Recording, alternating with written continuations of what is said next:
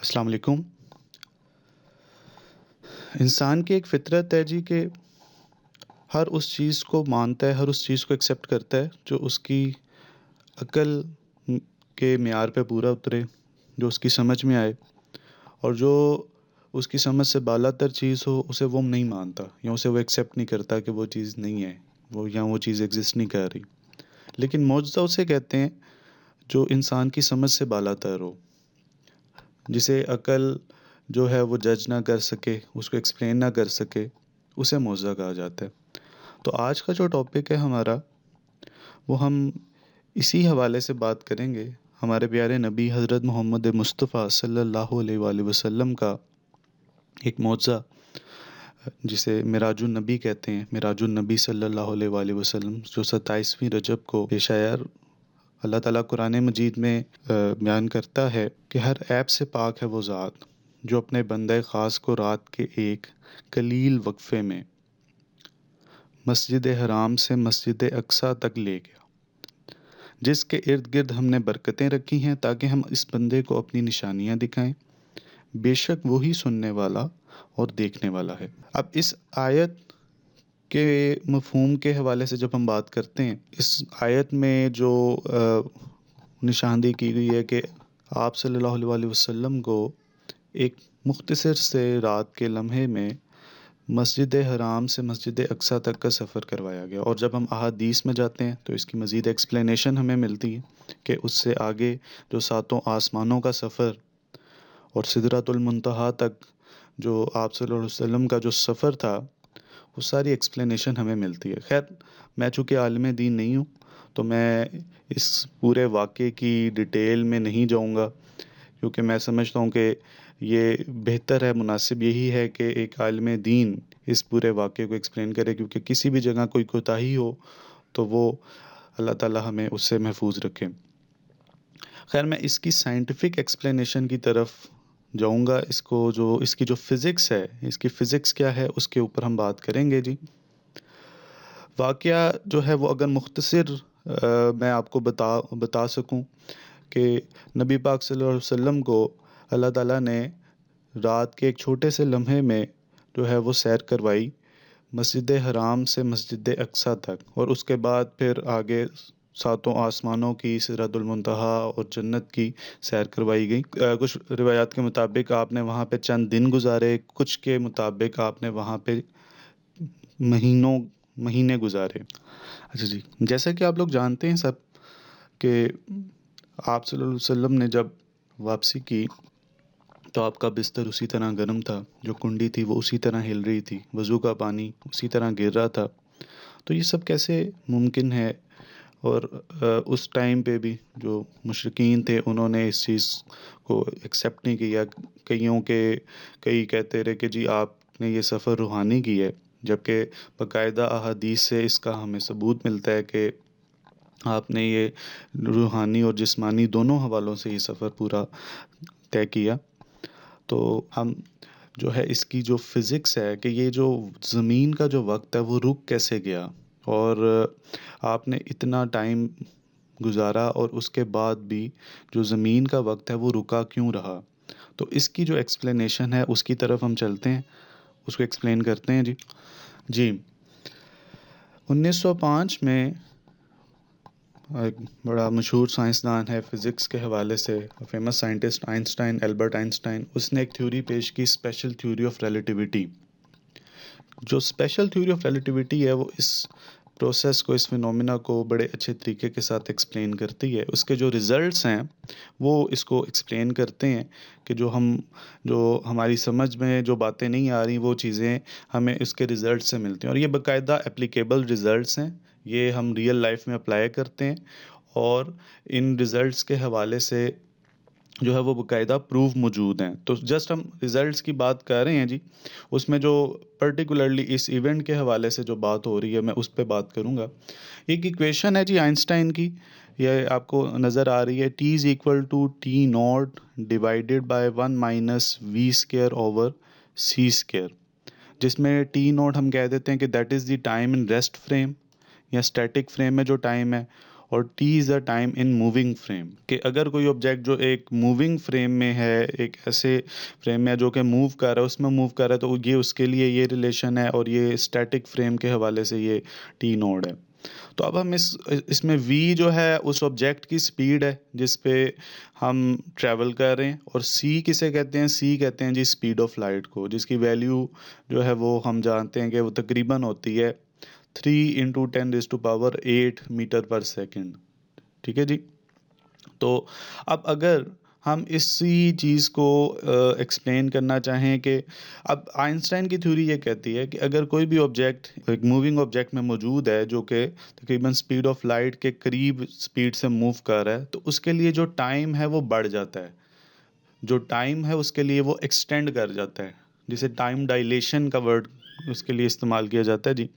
تو ہم اس کو مختلف اگزامپل سے پہلے سمجھتے ہیں کہ اگر میں یہ کہتا ہوں کہ 10 سال کا جو ٹائم ہے، وہ 10 سال کا ٹائم ایک موونگ فریم میں کس طرح سے ہوگا۔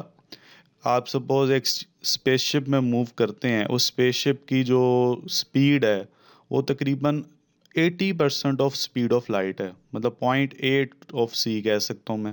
ٹھیک ہے جی۔ تو اب وہی 10 سال کا جو عرصہ ہے وہ آپ کے لیے کتنا عرصہ ہوگا اگر ہم اس چیز کو جج کریں؟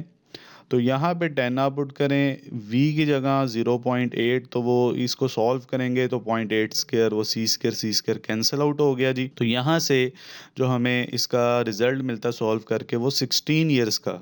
اس کا مطلب یہ ہے کہ وہ جو 10 سال کا عرصہ ہے وہ آپ کے لیے ڈائلیٹ کر گیا، ایکسٹینڈ کر گیا 16 سال پہ۔ مطلب یہ کہ اگر آپ ایک اسپیس شپ میں موو کر رہے ہیں، ٹھیک ہے جی، ایک اسپیس شپ میں موو کر رہے ہیں، اور آپ وہاں اس اسپیس شپ میں تقریباً 10 سال رہتے ہیں، اور وہ 80% اسپیڈ آف لائٹ سے موو کرتی ہے، تو آپ اگر زمین پہ واپس آئیں تو آپ کی ایج میں 10 سال کا جو چینج آیا ہے، وہ زمین پہ جو لوگ موجود ہیں ان کی ایج 16 سال بڑھ چکی ہوگی آپ سے۔ ٹھیک ہے جی، مطلب ایج کا بڑھنا یہی ہے نا کہ ٹائم کا، آپ کی زندگی سے ٹائم کا کم ہو جانا، تو آپ کے لیے جو ٹائم ہے وہ 10 سال کا ٹائم وہ 16 سال کے برابر ہو گیا۔ ٹھیک ہے، لیکن جو زمین پہ جو لوگ جو اسٹیٹک فریم پہ جہاں سے آپ نے موو کیا تھا، تو ان کے لیے وہ ٹائم وہی رہا۔ تو ایک تو یہ ایگزامپل، اسی کو اگر ہم ایکسٹینڈ کرتے ہوئے کہ اگر سپیڈ ہم 80% کی بجائے 90% کر دیتے ہیں سپیڈ آف لائٹ، مطلب 0.9 سی، تو پھر یہی ٹائم کہاں پہ چلا جاتا ہے؟ یہی 10 سال کا ٹائم ایکسٹینڈ ہو کے چلا جاتا ہے تقریباً 23 سال پہ، 23 ایئرس پہ، کہ مطلب جو آپ کے جو 10 سال ہیں، اگر آپ 10 سال ایک اسپیس شپ میں گزار کے آتے ہیں جو کہ 90% آف سپیڈ آف لائٹ سے موو کر رہی تھی، تو جب آپ واپس آتے ہیں تو آپ کے لیے تو 10 سال ہی گزرے ہوں گے، آپ کی ایج تو 10 سال ہی بڑی ہوگی، لیکن جو زمین پہ موجود لوگ ہیں ان کی ایج میں 23 سال کا اضافہ ہو چکا ہوگا۔ ٹھیک ہے جی۔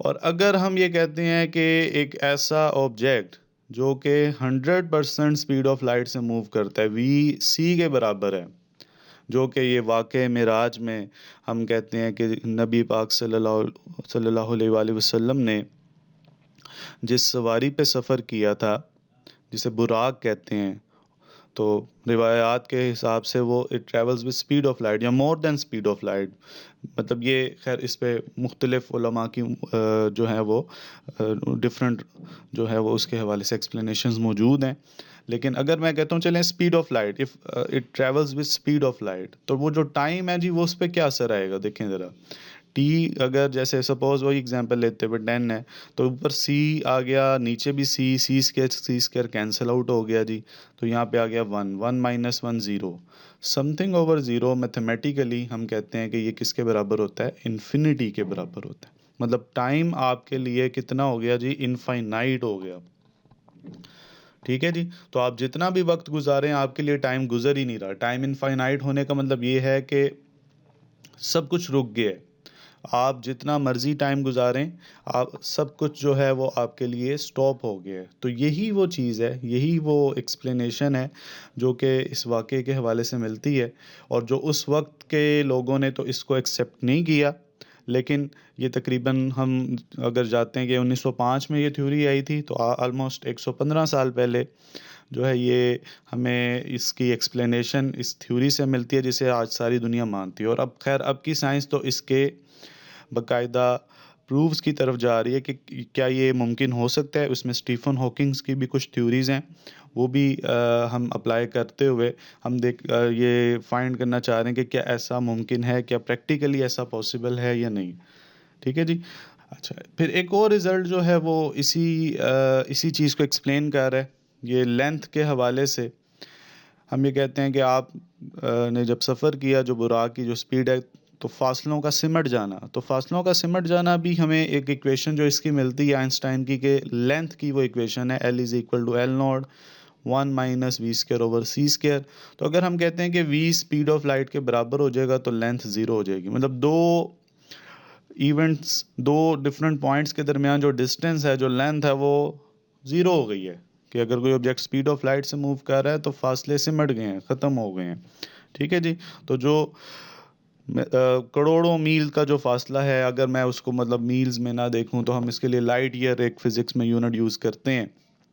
تو وہ جو ڈسٹینس ہے, وہ ڈسٹینس آپ کے اگر اسپیڈ آف لائٹ سے آپ موو کریں تو وہ ڈسٹینسز آپ کے لیے سمٹ جاتے ہیں جی. ٹھیک ہے. پھر اسی طرح میس کی ایک ایکویشن ہے جو کہ یہ ایکسپلین کرتا ہے کہ اگر وی سی کے برابر ہو جائے تو میس بھی انفائنائٹ ہو جاتے ہیں. اور یہاں پر خیر ہمارے نبی پاک صلی اللہ علیہ وسلم کا معجزہ ہمیں نظر آتا ہے, کیونکہ آپ نے باقاعدہ جسمانی اور روحانی دونوں والوں سے یہ سفر کیا اور اسی طرح سے آپ نے واپسی کی.